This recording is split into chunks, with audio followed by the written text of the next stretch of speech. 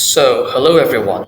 I'm SHU from TSLB1094. Welcome to my continuous assessment project for the Contemporary Social Studies course. The title is Plastic Pollution and the Communication Gap in Malaysia's Multicultural Society. During my presentation, we will explore how the way we communicate or fail to communicate can make a direct difference to our environment, our communities, and our future. This project also connects with the big idea that lifelong learning shapes a teacher's passion in achieving quality education.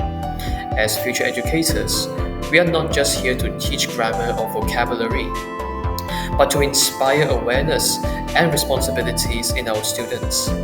By understanding how communication affects environmental action, we learn how to create lessons that are meaningful and relevant to real-world issues. Through this project, I want to show that effective communication is a lifelong skill that can influence how people think, act, and care for the world around them. Let's start by looking at the communication challenges that shape how Malaysians think about recycling and plastic waste. In this part, I will be talking about communication issue. Communication is the bridge that connects people and ideas. And in the context of environmental action, it is the bridge that either carries us forward or lets us fall behind. In this section, I will show how gaps in that bridge, gaps in reach, clarity, and trust, directly affect Malaysians' willingness and ability to act on plastic pollution. We will not only describe the symptoms, but also trace the chain of cause and effect. How campaign design, the languages we use, and the quality of information available to citizens interact with public infrastructure and everyday behavior to produce either a functioning circular economy or growing piles of waste.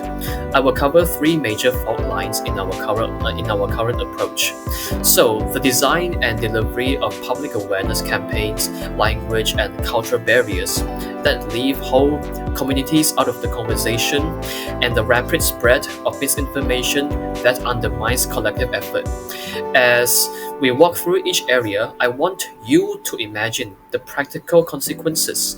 A family unsure whether their empty container is recyclable, or maybe a neighborhood that never hears about a local collection day, or perhaps a social feed that repeats the same pessimistic claim that until people stop trying, because these everyday moments add up to systemic failure. By the end of this section, you should see why communication is not a side issue to environmental policy. It is central to whether any policy succeeds or fails on the ground. In this slide, we will be talking about lack of effective public awareness campaigns.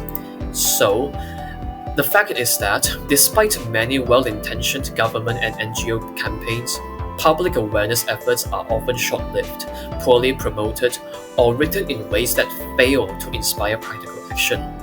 Too many campaigns are launched as one-off events, tied to a calendar day, or they are broadcast through channels that reach only a segment of the population, leaving deep gaps in coverage.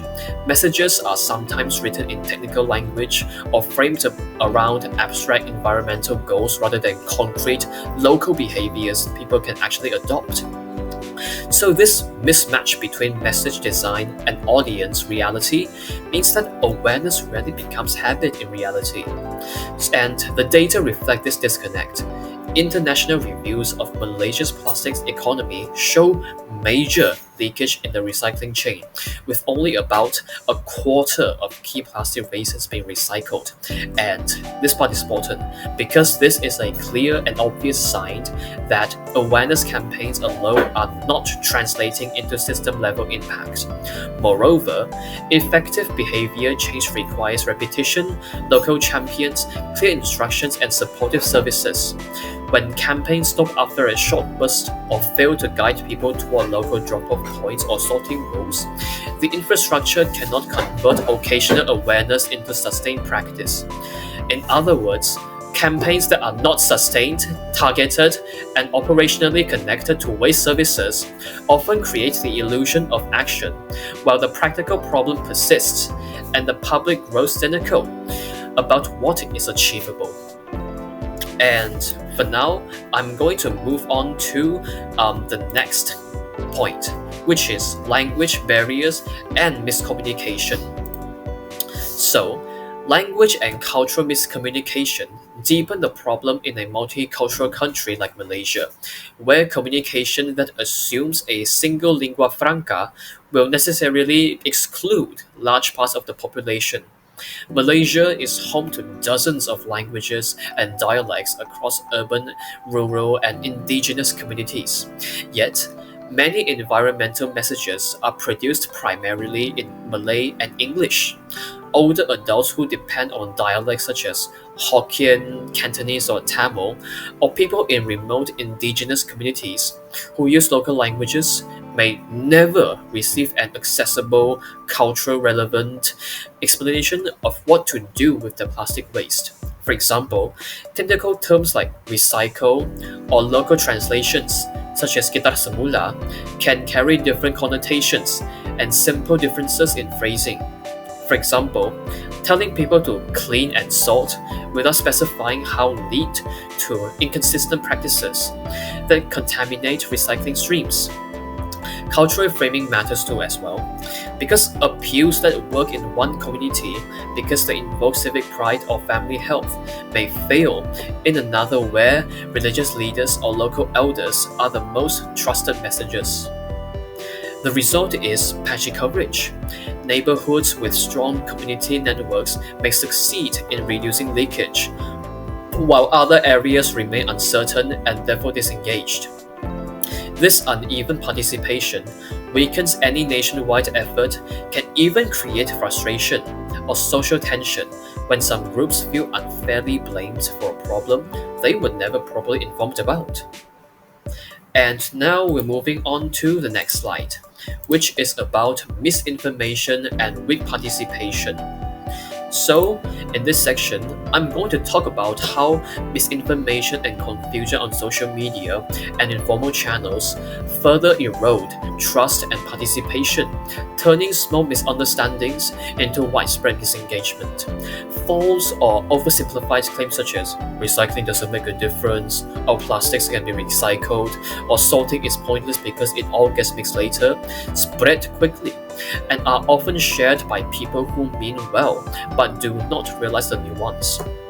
And apart from that, cognitive biases, which is defined as the tendency to believe dramatic anecdotes, distrust institutions after a single bad experience, or prefers easy answers, make these myths sticky.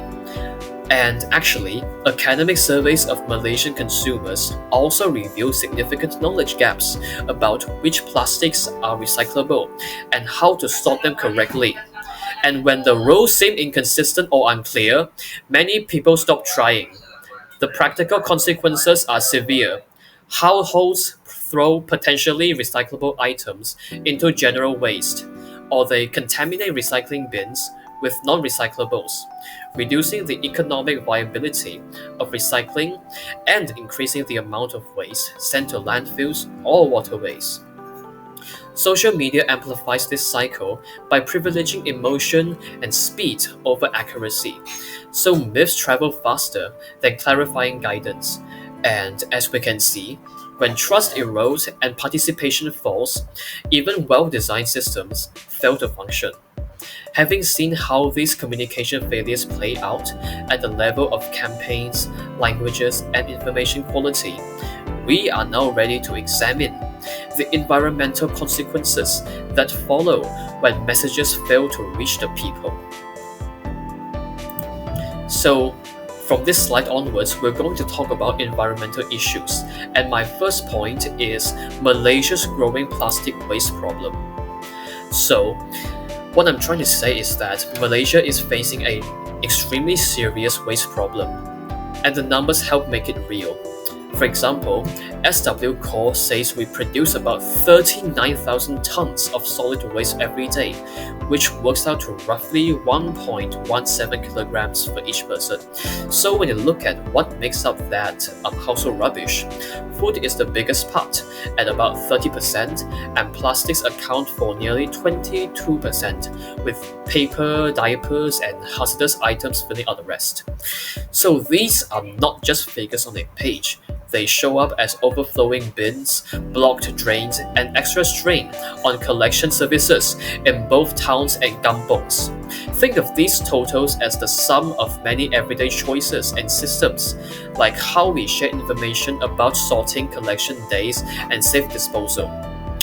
So, when information does not reach people in languages or formats they trust, or when instructions are unclear, behavior becomes patchy and policies lose their bite. Every ton tells a story about homes, shops, and producers, and those stories can change if communication and services improve. And now we're moving on to the next slide, which is about over-dependence on single-use plastics. So one of the main reasons for the plastic load is how much single-use plastic we still use, because it is cheap and convenient. From plastic bags to takeaway containers, straws to sachets, these items pop up in almost every market purchase and quick meal. And for example, reports from NGOs and industry groups put plastic food packaging at about 148,000 tons a year, which shows how much packaging adds to the national waste pile. And given that scale, small slips in sorting, collection, or public guidance quickly add up to huge volumes, ending up in landfills and rivers. And business habits such as excessive packaging and the use of mixed materials make recycling even harder, and that lowers the value of the plastics that are recovered. And it is important to recognize that our culture of convenience, heavy promotion of single-use items, and the fast pace of city life all push people toward disposable choices, while many small retailers do not have easy or cheap alternatives to offer. So households face both habit and supply problems when they try to cut plastic use, and that means communication alone is not enough. It must go hand in hand with policy and industry shifts. And now we're moving on to another environmental issue. Right now we're moving on to another environmental issue, which is inefficient recycling system. So, weaknesses in the recycling and waste management system make the problem worse beyond what people do at home. Although national recycling figures have climbed into the low 30% range, collection, sorting, processing capacity is uneven across different areas and local councils. A lot of local authorities still lean on landfills, while recycling centers still struggle with money, logistics, and technical issues that limit how much they can process and how clean the output is. The lack of clear standard rules for sorting and simple guidance for the public leads to contaminated loads that buyers will not take, which hits the economics of recycling hard.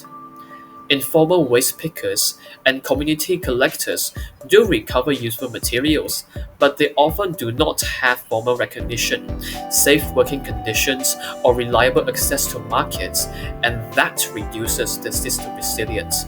So, as a result, when recovered plastics fetch low prices, private processors cut back on what they accept, and councils are left with volumes that cannot be profitably handled. And the fix here is straightforward in idea, even if it is hard in practice. Better sorting rules, clear public education, and investment in downstream processing so that people's efforts actually lead to measurable drops in plastic leakage. And that's all for the inefficient recycling system part.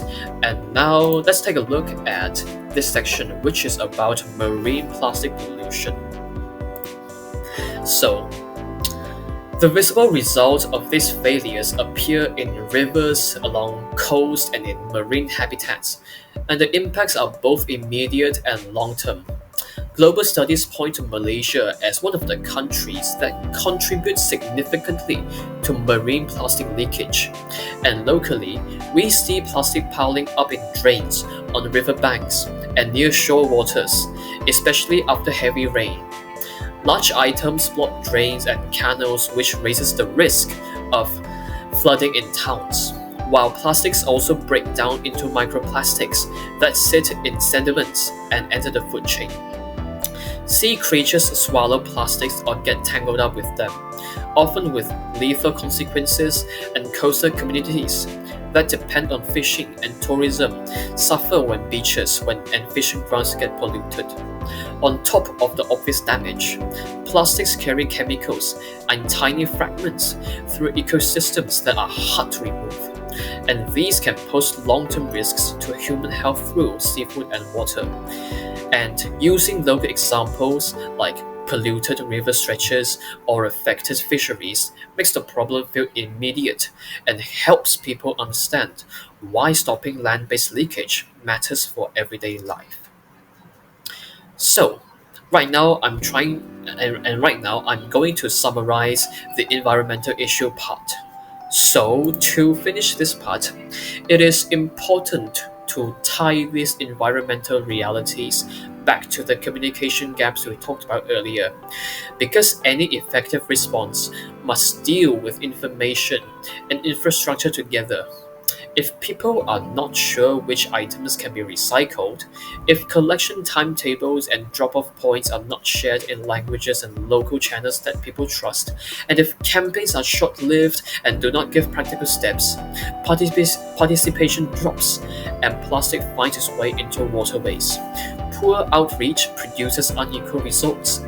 Communities that get clear and culturally adapted messages will engage more, while others stay out of the loop and carry a heavier burden. And that means solutions must include ongoing multilingual education campaigns and school programs, together with operational fixes like standardized sorting rules, dependable collection services, investment in sorting and downstream processing, and policies that support markets for recycled materials. And when communication, services, and incentives are aligned, household efforts can turn into real reductions in waste and stop plastic building up where it harms people and their livelihoods. And in the next section, we are going to talk about the impacts of plastic pollution on society.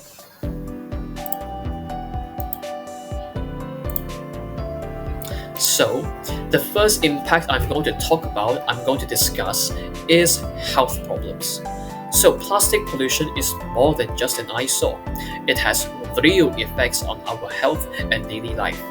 For example, right, in some rural parts of Malaysia, rivers and wells that people depend on for drinking water become polluted when rubbish and plastic waste are dumped nearby or washed downstream. This contaminated water can slowly harm communities without them even realizing it. And when open burning happens, the smoke releases toxic fumes into the air, causing breathing problems for many people, especially children and the elderly who are more sensitive to dirty air. And the worst part is that the smell can be unbearable and the haze lingers for days.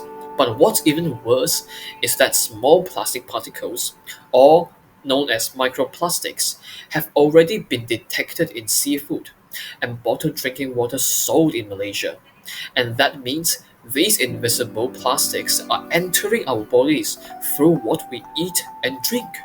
Even though researchers are still studying the long-term impacts, there is already concern that these particles could affect our organs and overall health. So, in short, what seems like a simple waste issue actually creeps into our lungs, our food, and most importantly, our future health. So, in this slide, we will talk about the second impact of plastic pollution on society, which is economic loss. So, Beyond health, pollution also hurts the economy in serious ways. Polluted beaches and rivers scare away tourists, which means fewer people are visiting local shops, hotels, and restaurants that depend on tourism. Once popular coastal areas lose their charm when they are covered in trash, and local businesses that once thrived now struggle to survive. Fishermen face the same issue because the ocean is no longer clean. Fish die or move away from polluted areas, and those that remain sometimes get trapped in floating debris, destroying fishing nets and reducing daily catches. So this loss of income directly affects families who depend on fishing to make a living. And apart from that, at the national level, the government spends millions each year cleaning up polluted areas, fixing drainage systems, and collecting waste after floods.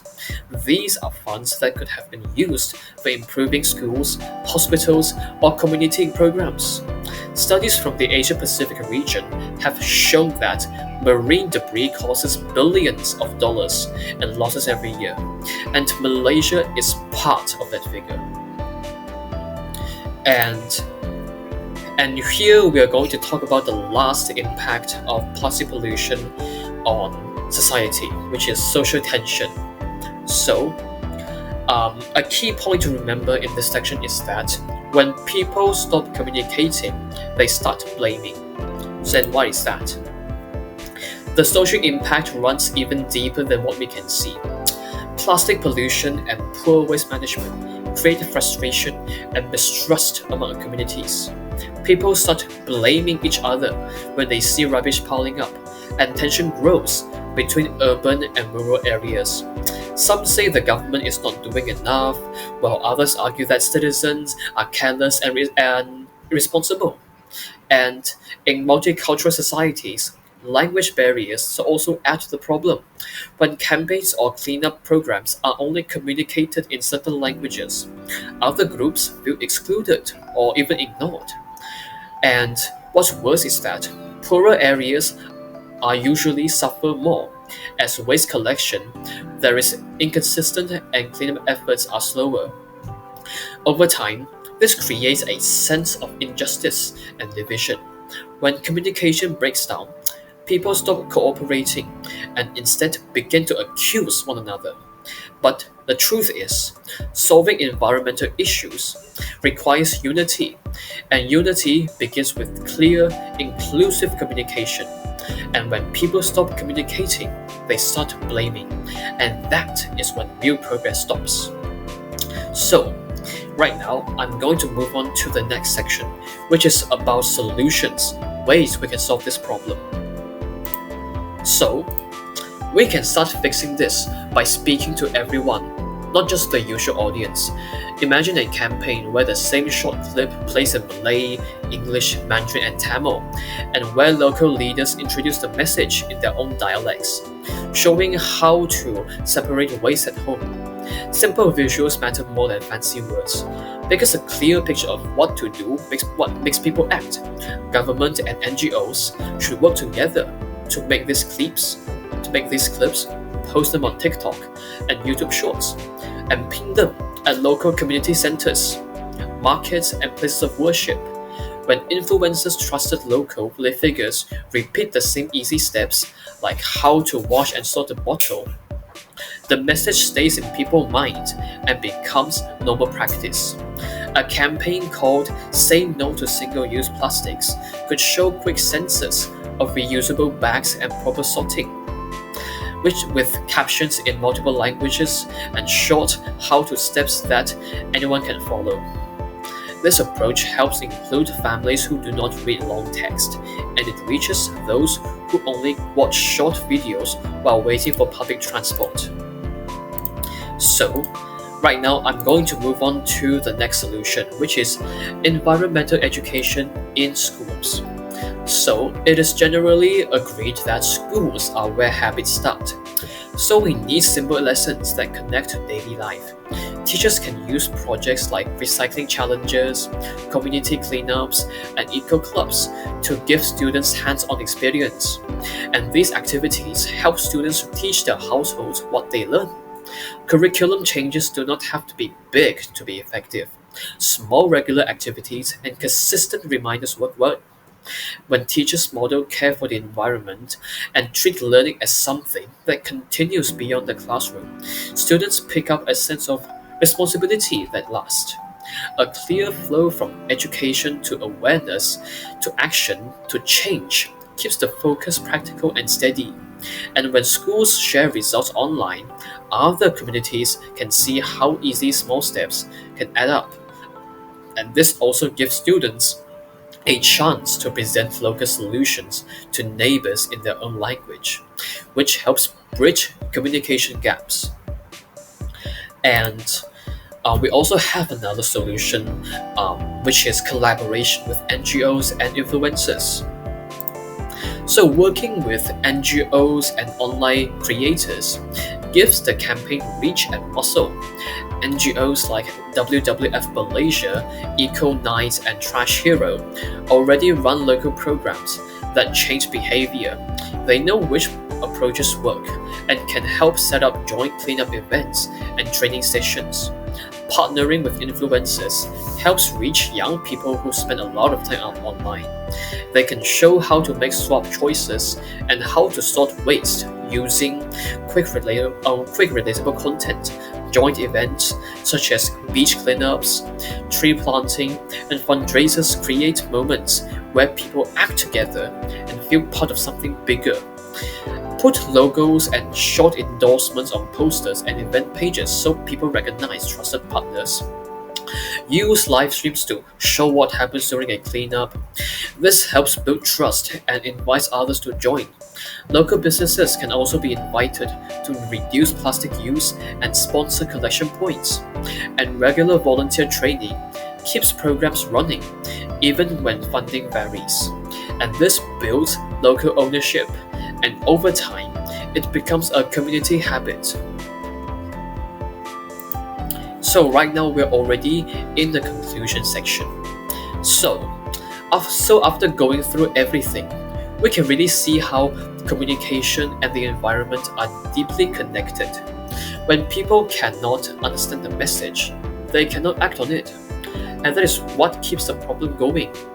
Language barriers and unclear messages make people think recycling is too hard or not important, and that slowly turns into careless habits that add up to bigger problems, like plastic waste piling up in rivers and drains.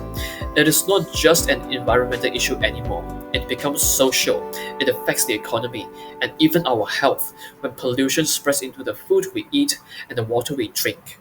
But the good thing is, change can start small. And it starts with communication that everyone can understand. We can make campaigns that speak to everyone, not just one group, and we can use all the languages that Malaysians use every day. We can make environmental education a part of growing up, not something we only hear once a year. And we can keep learning about it throughout our lives. And we can work together with NGOs, schools, and influencers who already know how to connect with people. When everyone shares the same message in a way that feels close and familiar, more people will care and more people will act. So the takeaway is simple. When we communicate better, we take care of the environment better. It all begins with how we talk, how we listen, and how we make sure no one is left out of the conversation. And that is all for my presentation. Thank you very much.